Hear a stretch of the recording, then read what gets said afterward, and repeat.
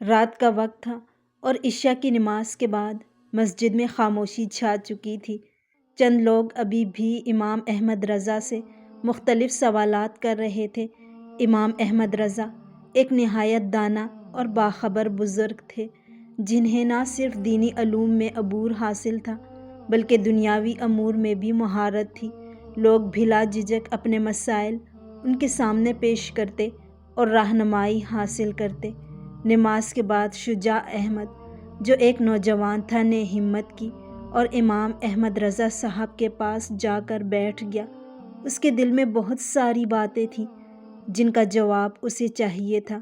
اس نے امام صاحب کو سلام کیا۔ امام صاحب نے مسکراتے ہوئے جواب دیا، وعلیکم السلام بیٹا، کیا بات ہے؟ کچھ کہنا چاہتے ہو؟ شجاع احمد نے کچھ توقف کے بعد آہستہ آہستہ بولنا شروع کیا۔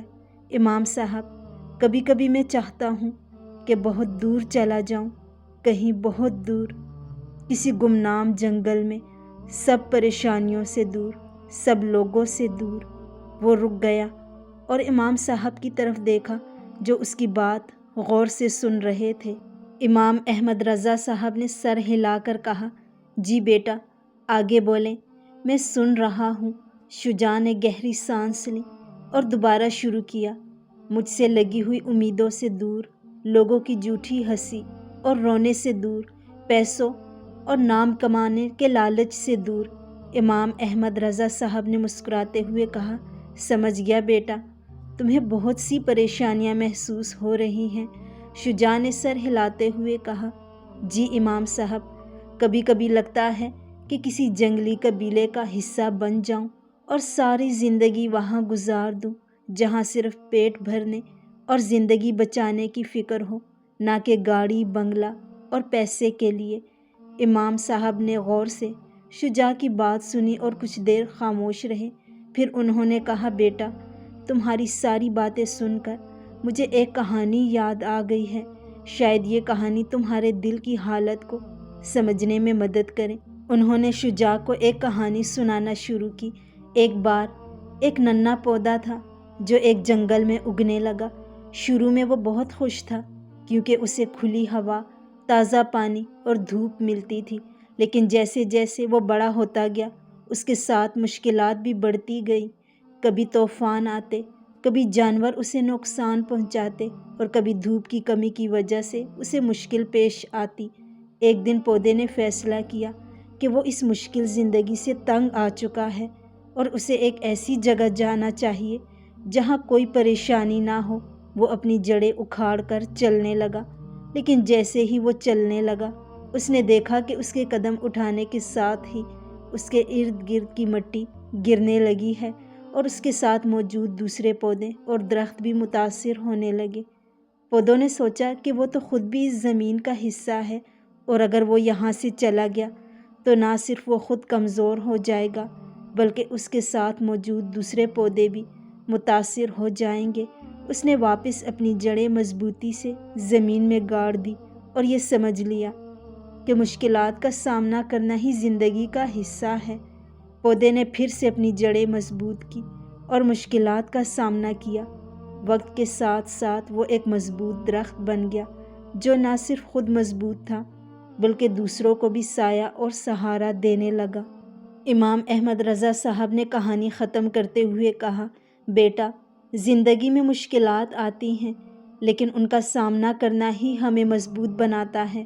اگر ہم ان سے بھاگیں گے تو نہ تو خود مضبوط ہو سکیں گے اور نہ ہی دوسروں کو سہارا دے سکیں گے۔ ہر شخص کی زندگی میں ایک ایسا موڑ آتا ہے جب اسے لگتا ہے کہ سب کچھ چھوڑ کر بھاگ جانا چاہیے، لیکن اصل ہمت وہ ہے جو ان مشکلات کا سامنا کرنے میں ہے۔ پھر امام احمد صاحب نے قرآن پاک کی ایک آیت کا حوالہ دیتے ہوئے کہا، اللہ پاک فرماتے ہیں، اور رنج و تکلیف میں صبر اور نماز سے مدد لیا کرو، اور بے شک نماز گراں ہے مگر ان لوگوں پر گراں نہیں جو عاجزی کرنے والے ہیں۔ شجاع نے امام صاحب کی باتوں کو غور سے سنا اور پھر سوال کیا، امام صاحب، یہ جو آپ نے قرآن پاک کی آیت کا حوالہ دیا ہے، کیا آپ مجھے اس کی تفصیل سے سمجھا سکتے ہیں؟ امام احمد رضا صاحب مسکراتے ہوئے بولے، بہت اچھا سوال کیا ہے بیٹا۔ قرآن پاک میں اللہ پاک اس آیت میں فرماتے ہیں کہ ہمیں اپنی زندگی کی مشکلات اور پریشانیوں کا سامنا صبر اور نماز کے ذریعے کرنا چاہیے، اور اس آیت کو تفصیل سے سمجھتے ہیں۔ قرآن پاک کی اس آیت کا مطلب ہے کہ ہمیں اپنی مشکلات کے وقت صبر اور نماز کے ذریعے اللہ پاک سے مدد مانگنی چاہیے۔ صبر کا مطلب ہے کہ ہم اپنے دل کو مضبوط رکھیں اور مشکلات کا سامنا کریں بغیر کسی شکایت کے، اور نماز ایک ایسی عبادت ہے جو ہمیں اللہ پاک سے جوڑتی ہے اور ہمیں سکون اور اطمینان دیتی ہے۔ اور اس آیت میں اللہ پاک یہ بھی فرماتے ہیں کہ نماز اور صبر ایک بہت بڑی چیز ہے، یعنی یہ ایک مشکل کام ہے جو ہر کسی کے بس کی بات نہیں۔ ایک جگہ پر اللہ پاک فرماتے ہیں کہ یہ نماز اور صبر انہی لوگوں کے لیے آسان ہے جو دل سے عاجزی اور خشوع کے ساتھ اللہ کی طرف جھکتے ہیں۔ خشوع کا مطلب ہے کہ دل سے اللہ کی عظمت اور اس کے سامنے عاجزی کا احساس کرنا۔ اس آیت میں اللہ پاک ہمیں یہ بھی بتا رہے ہیں کہ اگر ہم مشکلات کا سامنا کر رہے ہیں تو ہمیں صبر اور نماز کے ذریعے اللہ سے مدد مانگنی چاہیے۔ نماز ہمیں سکون دیتی ہے اور صبر ہمیں مضبوط بناتا ہے، اور جب ہم دل سے اللہ کی طرف جھکتے ہیں اور اس کی عظمت کا احساس کرتے ہیں تو یہ دونوں چیزیں ہمارے لیے آسان ہو جاتی ہیں۔ امام احمد رضا صاحب فرمانے لگے، بیٹا، صبر اور نماز کے ذریعے ہم نہ صرف اپنی مشکلات کا سامنا کر سکتے ہیں بلکہ اللہ پاک کی مدد بھی حاصل کر سکتے ہیں۔ اس لیے ہمیشہ یاد رکھو کہ جب بھی تمہیں کوئی پریشانی ہو، اللہ کی طرف رجوع کرو، صبر کرو اور نماز پڑھو۔ شجاع نے امام احمد رضا صاحب کی باتوں کو غور سے سنا اور ان کی وضاحت سے بہت مطمئن ہوا۔ اس نے دل سے شکر گزار ہو کر اپنی زندگی میں نئے عزم کے ساتھ آگے بڑھنے کا فیصلہ کیا۔ امام صاحب کی دانش مندانہ باتوں نے اس کے دل کو سکون دیا اور مطمئن کیا اور اسے مشکلات کا سامنا کرنے کا حوصلہ دیا۔ شجاع نے امام احمد رضا صاحب کا شکریہ ادا کیا کیونکہ اسے آج اپنے تمام سوالوں کا جواب مل گیا تھا، اور اس نے اپنے آپ سے عہد کیا اور امام صاحب سے وعدہ کیا کہ آئندہ زندگی میں وہ کبھی مایوس اور پریشان نہیں ہوگا، اور جب کبھی زندگی میں کسی پریشانی یا مشکل کا سامنا کرے گا تو نماز اور صبر سے مدد حاصل کرے گا اور ہمیشہ اس پر ثابت قدم رہے گا، کیونکہ نماز اور صبر میں تمام مسائل کا حل پوشیدہ ہے۔